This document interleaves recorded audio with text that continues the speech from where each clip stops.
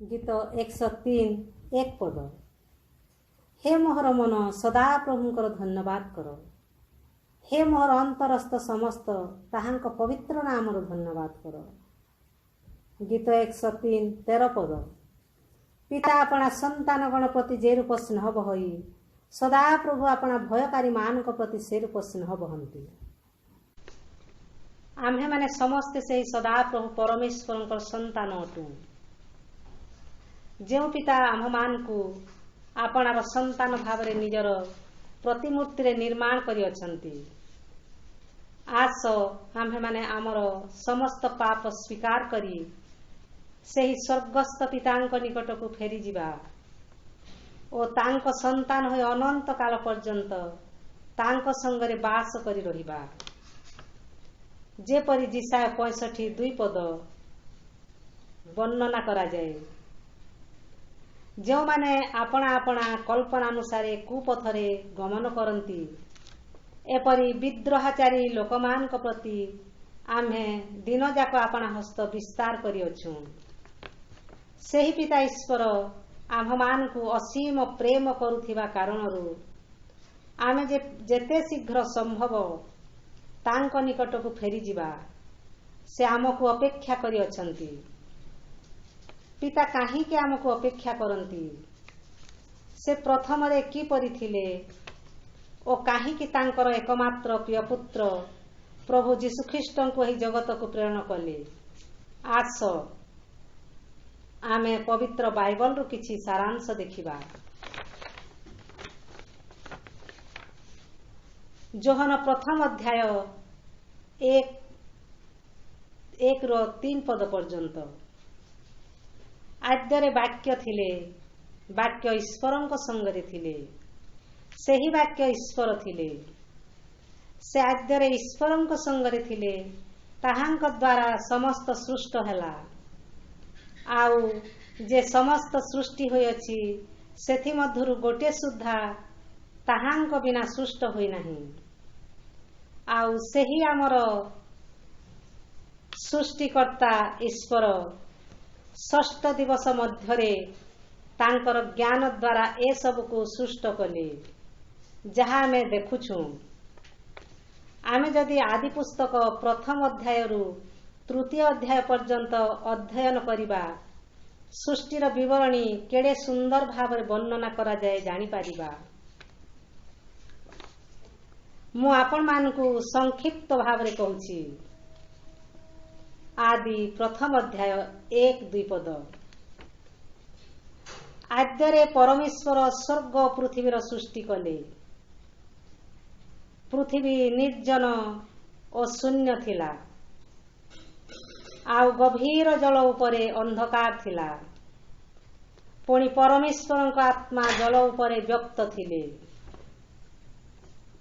पुणी प्रभु पृथ्वी रे नद नदी वन तरु लता वृक्ष फूल फल पशु पक्षी पृथ्वी को आलोक देवा निमंते सूर्य चंद्र नक्षत्र सृष्टि कले। पुणी प्रभु अपना प्रतिमूर्ति रे मानव को निर्माण करी एही पृथ्वी को ऐश्वर्य रे परिपूर्ण कले ओ ए सब को प्रभु उत्तम देखिले।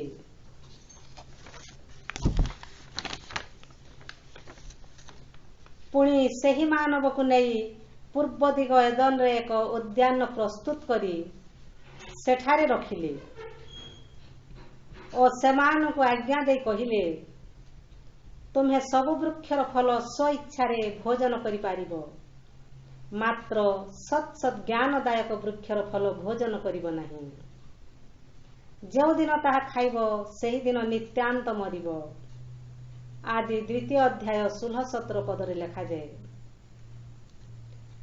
मात्र ईश्वर जो आज्ञा मनुष्य को दे बारण करथिले सेही मनुष्य शैतान प्रलोभन रे पड़ी ईश्वर प्रथम आज्ञा को लंघन करी सेही सत सत ज्ञानदायक वृक्षर फल ही खाइला और एही जगत को पाप पसाई विनष्ट पथरे कढ़ाई नेला। प्रभु जो जगत को पवित्र करी सृष्टि कले सेही जगत को